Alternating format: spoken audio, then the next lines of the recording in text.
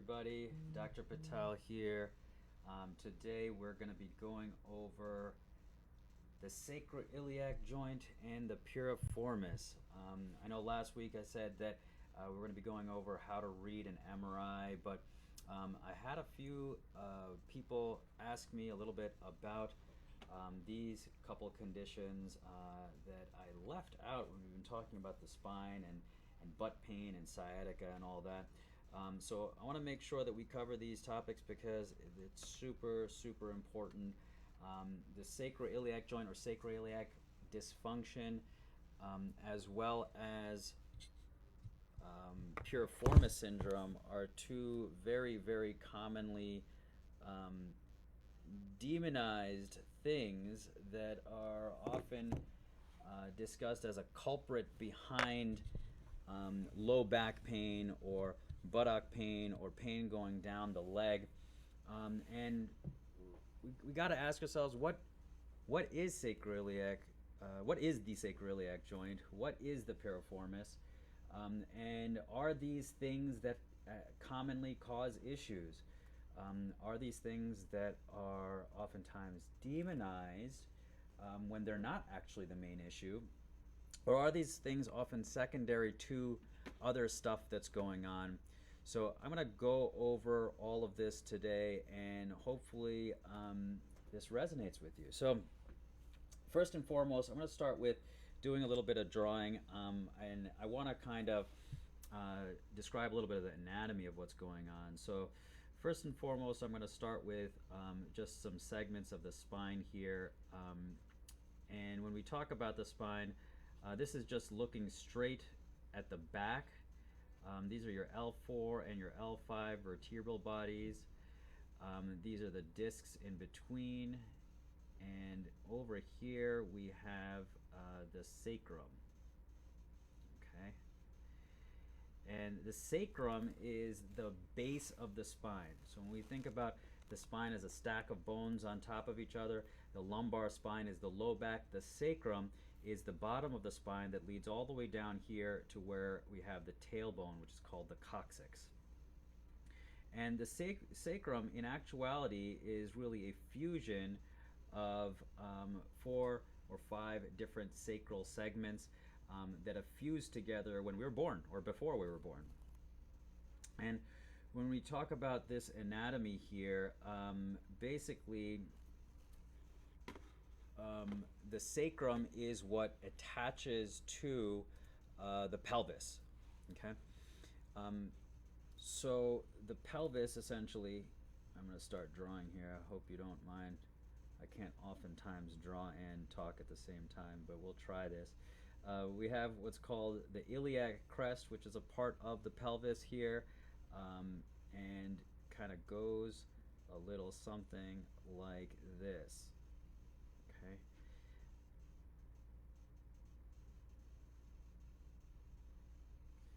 And this is just one part of the pelvis.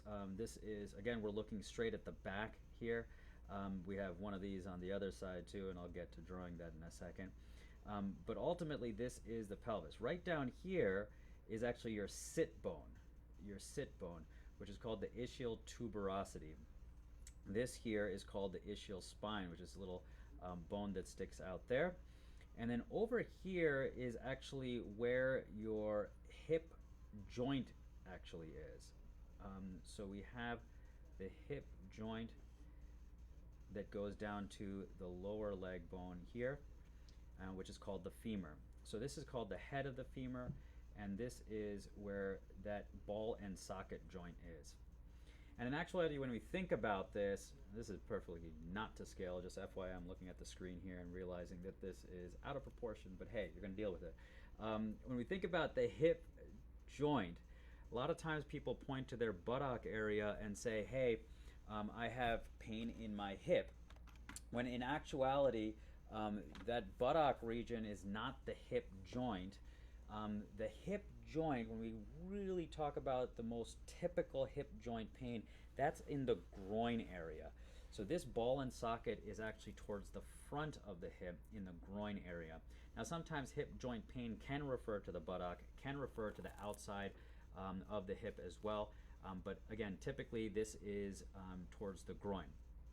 Now, this area over here is the common area where people say that, you know what, I have back pain. That little dimple that we have back there, or if you put your hand on your pelvis and let your thumb drop, that's this region right here. And there's a lot of things that take place in this region. You have things like your facet joints between the vertebral bodies. You have the disc over here, you have the nerves that travel in this area, and you have this thing here called the sacroiliac joint. So sacroiliac joint is the joint between the sacrum, which is right here, and the iliac crest part of the pelvic bone. So that's why it's called the sacroiliac joint.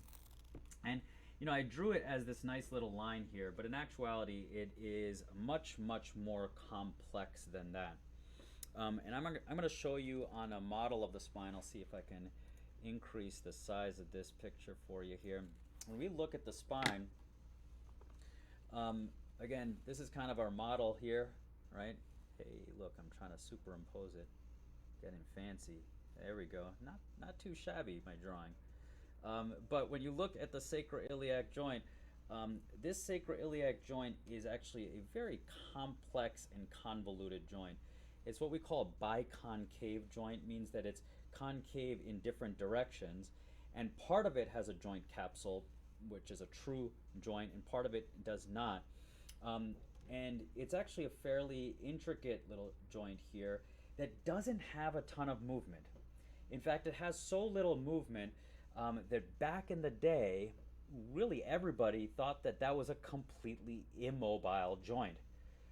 It wasn't until just several decades ago that we realized that there's actually a little bit of motion that takes place at that sacroiliac joint, and that little bit of motion can lead to issues. Now, there are some conditions in which that sacroiliac joint itself becomes a significant factor. It's something that becomes a pain generator, and I'm going to go through that a little bit, but I want to talk a little bit more about the anatomy. So again, that sacroiliac joint is this convoluted biconcave joint that connects the sacrum to the pelvis, or the iliac crest. Now, that sacroiliac joint is not simply just bone connecting to bone. Whenever there's bone connecting to bone, there are ligaments that connect them together. So the ligaments are a web of some people describe them as duct tape. If you've been tuning in at all with my lectures here, you know that I refer to the ligaments as those thick rubber bands that surround broccoli in the grocery store. So in reality here, those ligaments have some stretch to them, right? There's strength, there's strong supportive structures like those thick rubber bands, but there is a little bit of a stretch to those ligaments. Now, the thing is about the ligaments at the sacroiliac area is those ligaments are actually really complex. There's really a web of those ligaments there. So we have these ligaments that are connecting, these short transverse ligaments that are connecting the iliac crest to the sacrum across here. We also have these ligament structures that are long and going up and down and actually connecting all the way down to the sacrococcygeal joint and the coccyx or tailbone. And then we actually have these ligaments that go all the way down to the ischial tuberosity that's all connected to these long sacroiliac ligaments. From this ischial tuberosity, fun fact, at this area, will these ligament structures connect down here, what's all the way down at the bottom here, connecting to the ischial tuberosity, you end up having fibers of muscle coming and attaching from your hamstring tendons. So in actuality, the fascia, or the living, breathing, soft tissue that surrounds muscle, ligaments, and all these various tissues, is actually continuous from the hamstrings or the back of the thigh muscles all the way up through the ligaments of the sacrotuberous ligament here, all the way up through the sacroiliac joint. Now, to make this web of ligaments even more complex, is we have ligaments connecting this region to the lumbar spine. So we have what's called the iliolumbar ligaments, which connect the transverse process of the L5 vertebral body to the iliac crest. And these fibers are actually contiguous with the front of the sacroiliac joint as well. In some people, the L4 vertebral body, which has some ligament structures connecting the transverse process of L4 to L5, in some people there's actually a connection of the iliolumbar ligament from L4 as well. And then between these vertebral bodies, we have the interspinous, supraspinous ligaments, and we have these facet capsules that surround the facet joints, and we have these ligamentum flavum that are connecting these vertebral bodies together, and all of that really is a continuous process of ligament structures throughout the region. The reason that I bring this up is because when we talk about the sacroiliac joint and irritation to the joint itself, the question we have to step back and ask is it the joint or is it the ligaments that are surrounding the joint? And I'm going to tell some stories that talk about that. So next up, I want to talk about the piriformis muscle. And the piriformis muscle is this really strong, great muscle that connects the bottom of the sacrum, what's called the inferior angle of the sacrum, all the way over to this portion, or the greater trochanter of the femur. And this muscle is actually quite a thick and strong muscle, and it's in charge of externally rotating the hip. If you think about that kind of figure 4 motion when you cross your legs, that muscle is actually contracting when we put our leg into that position there. But there are actually a bunch of other muscles in this area. There are muscles that are also still in charge of externally rotating the hip or bending that knee outwards. There's a bunch of little muscles that are here called the hip external rotators. So when you see those, these actually go across the buttock as well. You have ones called your superior or inferior gemelli or gemellus muscles that go across here. You have this one long muscle that actually wraps around to the bottom of the ischial tuberosity, actually wraps over and under the ischial tuberosity here. Something along those lines. And this guy here, called the obturator internus, actually is a long and intricate muscle that oftentimes actually is underdiagnosed as a possible cause of symptoms back here. And then you have this big muscle that actually goes across, and it's shaped kind of like a rectangle here, and that is called the quadratus femoris that travels back here as well. And all of these muscles are in charge of externally rotating the hip. Why do I mention this? Because, you know, when people talk about piriformis syndrome, which I'll get into in a second, oftentimes we're talking about pain in the butt, and sometimes that pain is radiating down the leg or mimicking what we've talked about in the past as sciatica or radiculopathy coming from nerve irritation in the low back.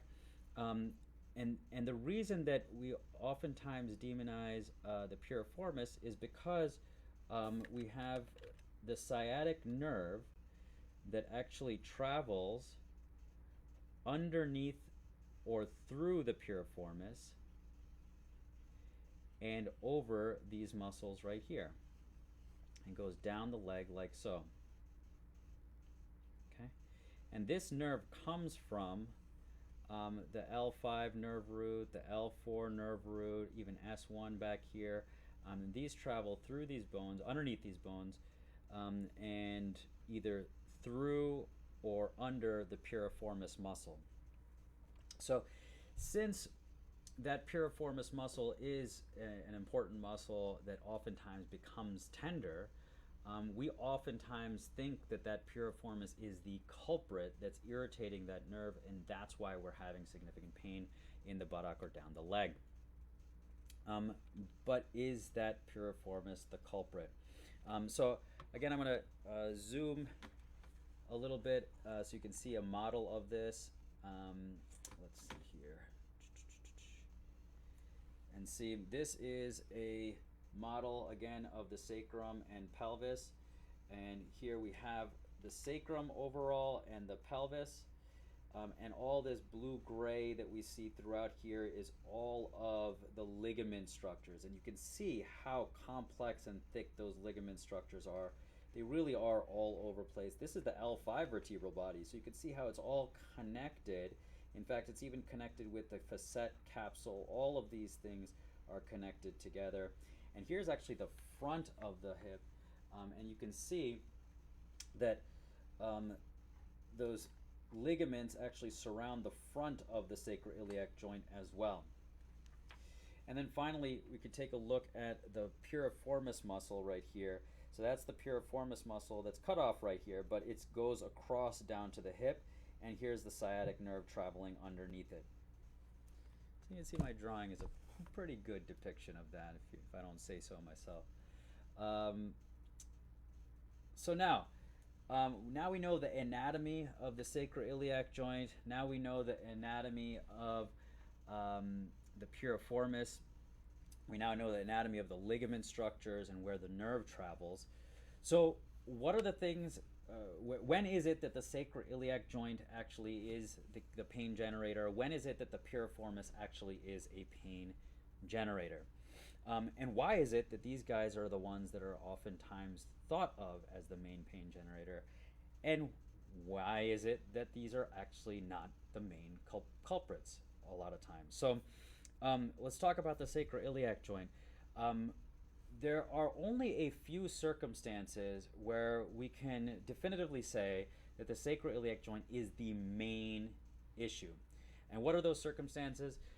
There are some systemic arthritis conditions similar to or in the same family as things like rheumatoid arthritis.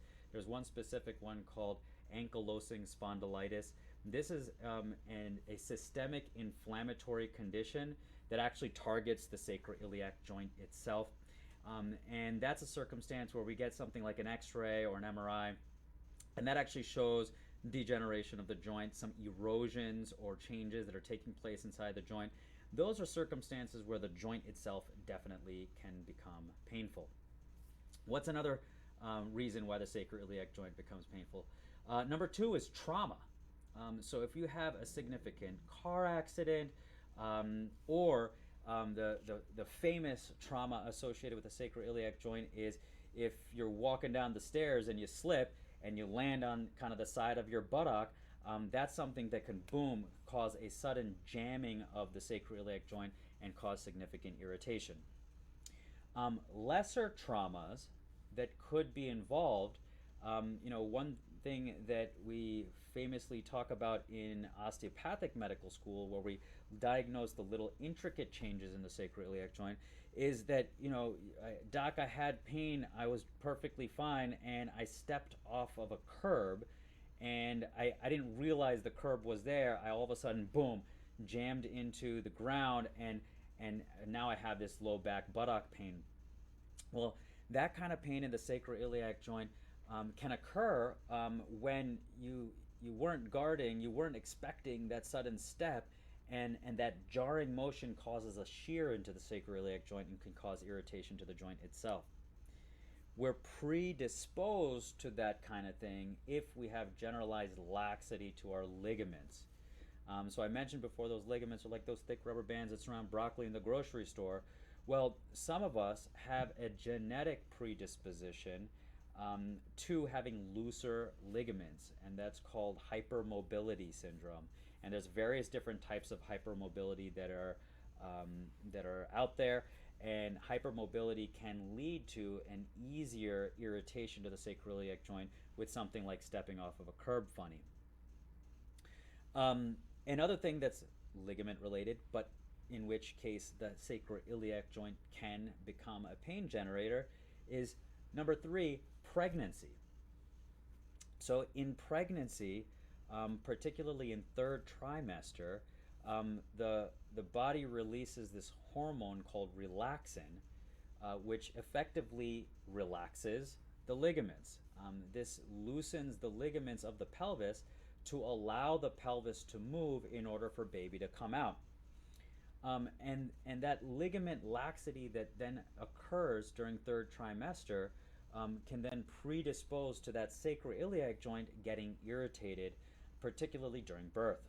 So while baby's coming out and that pelvis is kind of jamming open in order to let baby out, that sacroiliac joint can get irritated and become a pain generator. So those are the 3 most common reasons for pure sacroiliac joint pain. But can sacroiliac joint pain occur at other times? Well, the answer is yes. I see sacroiliac joint related pain oftentimes in athletes. I see sacroiliac joint pain associated with the armed forces, veterans and active duty armed forces, as well as people like police officers, firefighters that are wearing heavy belts and heavy packs that cause kind of pressure onto the pelvis. These are the type of things somewhat fall into the kind of trauma category in terms of reasons for sacroiliac joint pain specifically. But other than that, the sacroiliac joint is usually secondary to something else. So if you don't have trauma, pregnancy, or a systemic condition that could be causing that inflammation in the area, the question that we got to ask ourselves is why? Why does this sacroiliac joint, which has a web of ligaments protecting it, which has only a little bit of motion, all of a sudden become irritated? Why? Now, to first ask that, we have to ask, is it always a pain generator? So in med school, I admit that I fell into the trap of thinking the sacroiliac joint was oftentimes the cause of pain. Why is that? Because in med school, we learned osteopathic manipulation, and we learned how to put our hands on patients and see what are those little intricate changes that we can see side to side. What are those differences in motion, those somatic dysfunctions that we can feel in the sacroiliac joint? And we were oftentimes feeling things. We were oftentimes seeing things. And doing gentle manipulation to that region oftentimes improved the symptoms. So boom, it was the sacroiliac joint all along, right? But in actuality, we're oftentimes doing more than just the manipulation of that sacroiliac joint. We're often also addressing the lumbar spine, addressing a leg length discrepancy, addressing the pelvis, and instructing on things like exercises in order to really strengthen the body and move correctly. So although the sacroiliac joint was probably a piece of the puzzle, that wasn't necessarily the culprit.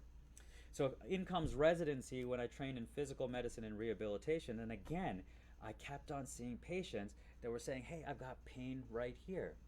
So that description of pain, hey, I have pain right in that little crook of my low back, those dimples of Venus area, that's so common that there was a gentleman, Dr. Fortin, who said, hey, it's so common that the sacroiliac joint is pain generator when people point to that area. Well, I'm going to name a physical examination maneuver called Fortin's finger, where if somebody points their finger to that area, well, look, that's the sacroiliac joint. And for as brilliant and as smart as that thought process was, that also led down the path of demonizing the sacroiliac joint. So it wasn't actually until my fellowship when one of my attending physicians, Dr. Gilhool, he was like, look, I know you're saying it's a sacroiliac joint. I hear you're saying that it's a sacroiliac joint. And we can inject the sacroiliac joint and try to improve the pain. But if it doesn't work, then you're never going to mention the sacroiliac joint to me again. So why did he take that stance? Well, because he recognized that oftentimes the sacroiliac joint was secondary to something else. What are the other things that can cause sacroiliac joint pain? Well, again, common in that region we talked about. In this region that Fortin's finger takes place, there's the sacroiliac joint, there are the ligaments throughout this area, there's the facet joints, there's the capsule or ligaments that surround that, there's the lumbar disc, the L5S1 disc, and there are the nerves that travel into that region. Irritation to the L5 nerve, the S1 nerve, all can cause symptoms into that region. Irritation to the disc, the facet joints, all of these things. And it all comes down to what is the original mechanism of injury, what are the things on physical examination that are pointing us towards one thing or the other. So it really takes taking a step back and listening to the whole history, and not only just focusing on Fortin's finger there, but focusing on the whole picture. And how do we differentiate if there's other things going on? Well, it comes down to determining what are the other factors, what are the other pieces of the equation. Even doing things like strength testing to see if there's weakness in specific muscles that don't actually make sense if it's just a sacroiliac joint. Or stretching the nerves and seeing if the nerves get irritated, a process called dural tension. Well, the nerves wouldn't be getting irritated if it's just a sacroiliac condition. So we really have to take a step back and look at all of those factors. I'll tell you another quick story about the sacroiliac joint. In my residency program, we started doing injections of the sacroiliac joint with cortisone using ultrasound guidance. And with ultrasound guidance, we go to a specific part of the sacroiliac joint. We go towards the top of the sacroiliac joint under this hump right here.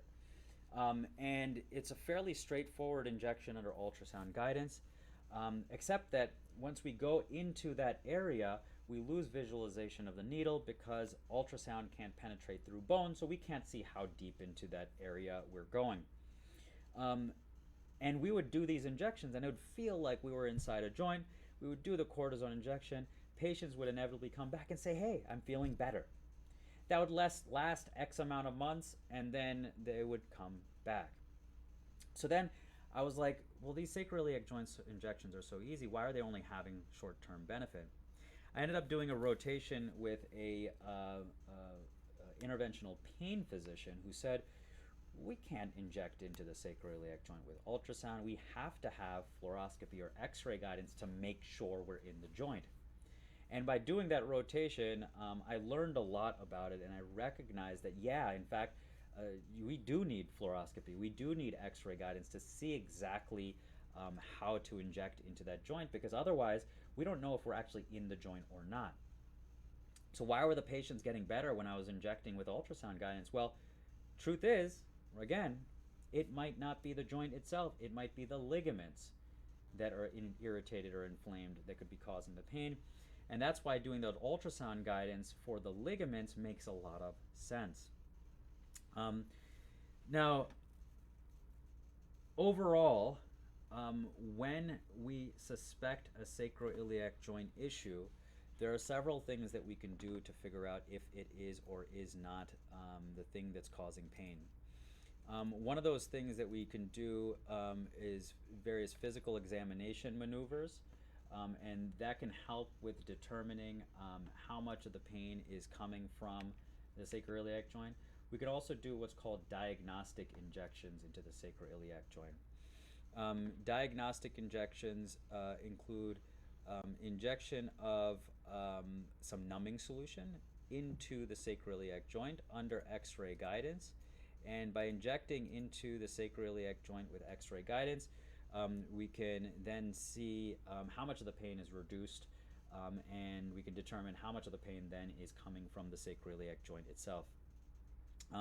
The technique really, really matters, and quite frankly, fluoroscopy or x-ray guidance really, really matters. Back in 2015, I worked with some physicians at Columbia Cornell who were doing a study on looking at that x-ray patterns And I actually published a paper on the topic of X-ray guided injections into the sacroiliac joint. So this is a picture of the drawing that I did to demonstrate what this X-ray showed here. And basically, this black material that you see here is the X-ray dye that's going up and down the joint, whereas on the right side you see a little bit of X-ray dye that's just pooling at the bottom of the joint. Both of those are technically in the joint, but what we saw was that when we had flow going all up and down the joint, within the first couple weeks, we had significantly improved symptoms during that time period compared to if we just put fluid at the bottom of the joint. That ended up being important because we could be in the sacroiliac joint and not have good X-ray flow, and that determines whether we have a good diagnostic injection or not. That would help determine if pain is actually coming from the sacroiliac joint or not. So just an example of how necessary image guidance is for these type of procedures, and how fickle that sacroiliac joint can be. Because what's interesting about that is that in both of those scenarios, whether the fluid actually went all the way up the joint or just pooled at the bottom, after the 2-week mark, for longer term benefit, both camps, both groups of patients ended up having similar results in terms of pain relief. So that tells us that as we move, as we get lubricated over the course of a few weeks, that fluid can flow and improvement can be obtained. But the accuracy of the injection helps us determine how much of the pain is coming from the joint versus other structures in that area, which could theoretically get benefit by just injecting cortisone. So I hope that wasn't too complex. I feel like I was rambling on a little bit, but I'll move on to the piriformis.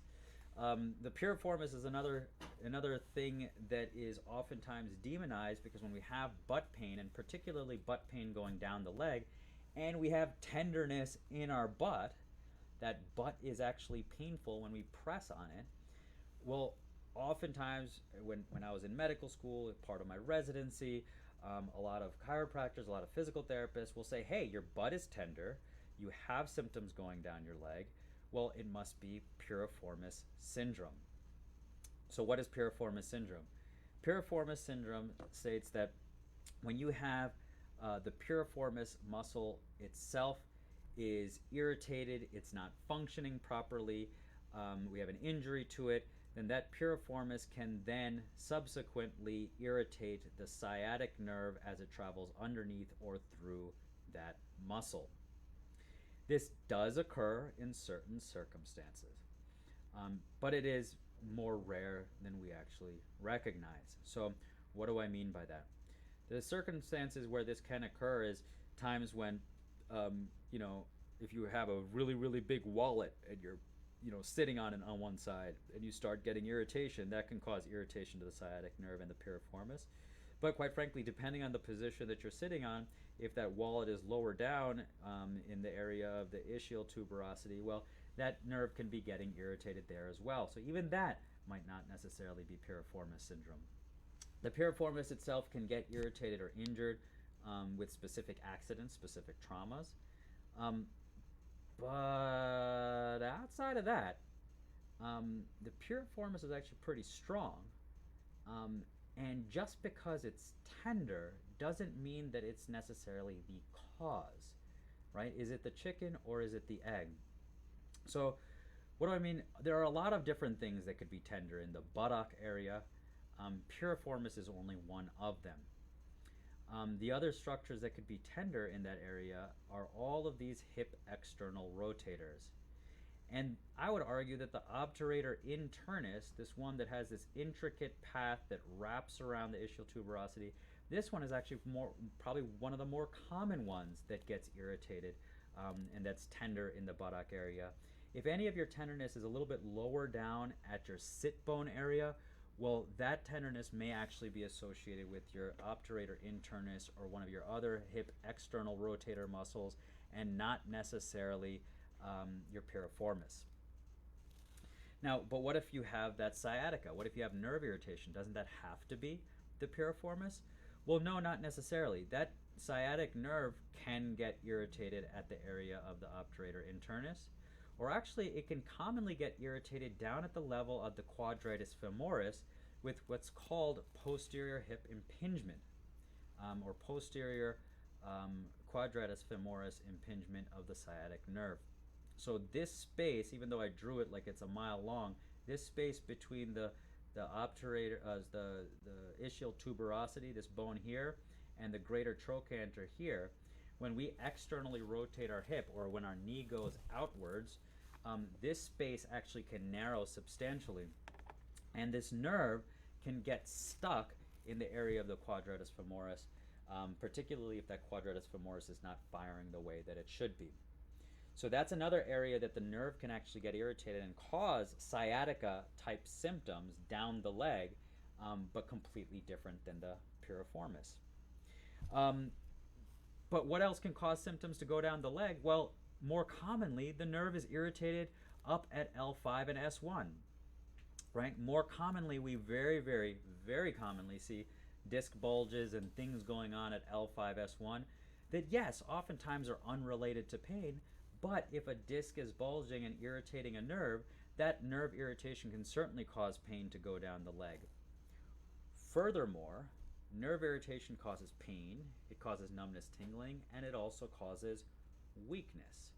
So when a nerve is damaged, you can have substantial weakness, like you're actually having difficulty, lifting your foot and things like that. But if the nerve is just irritated, right? Remember, the nerves are the electrical wiring that go down our legs. So if the nerve is just a little irritated, maybe that electrical signaling is not the best.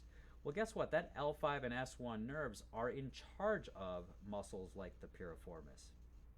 And if the nerve's not sending the right signal to the muscle can have the tendency to spasm and tighten up and not work correctly, and that then can become tender. That then can become painful. So even though the piriformis is painful to the touch, or to pressing on it or stretching it causes pain in the piriformis region, that does not necessarily mean that you have piriformis syndrome. The piriformis or other muscles in the buttock area might just be tender because the wiring to them is not firing correctly. So how do we figure out if it's the piriformis itself that's causing the issue, or if it's the nerves from the L5-S1 area? Well, we have other muscles in those areas that get their signals from the L5 and S1 nerves. And particularly what I'm talking about are the gluteus medius, gluteus minimus muscles that are part of the outside of the buttocks here. These muscles basically are in charge of bringing your leg to the outside, or what's called abduction or abduction. And these muscles also get their nerve signals from L5 and S1. And basically, when you have nerves that are going to these areas, that innervation here comes off before the piriformis, more likely. And if there is, when you examine the patient, if your gluteus medius isn't firing properly, or if we are doing a strength test and we see that there's some weakness in spreading your legs, right, that the gluteus medius is actually an issue, well, in that situation, then it's less likely the piriformis, and it may be more related to nerve irritation from the low back. There are some physical exam maneuvers that can help determine if the piriformis itself is an issue. And we could do this thing with diagnostic ultrasound. We can actually take a look at the piriformis muscle and see, is there actually an irritation to it? Is it torn, right? Is there inflammation surrounding the piriformis? Is there tenderness over the piriformis right where the sciatic nerve is traveling?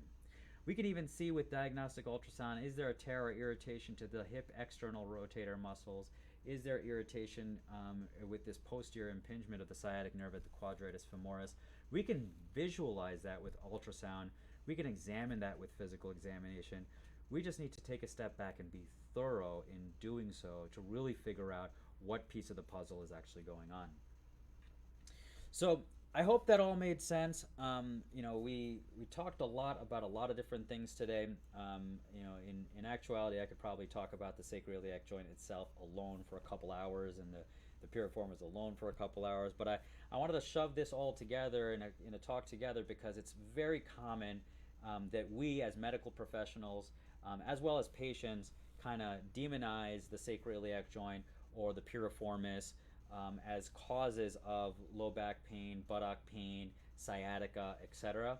And they can be issues. They absolutely can be a part of the puzzle, whether they're the primary issue or a secondary issue due to something else that's also going on, needs to be evaluated in depth, needs to be evaluated thoroughly, and only by doing so can we really figure out what is the exact root cause of the issue and how do we treat this in a comprehensive way to get the body moving correctly, deal with your pain, and get you back to functioning long term, right?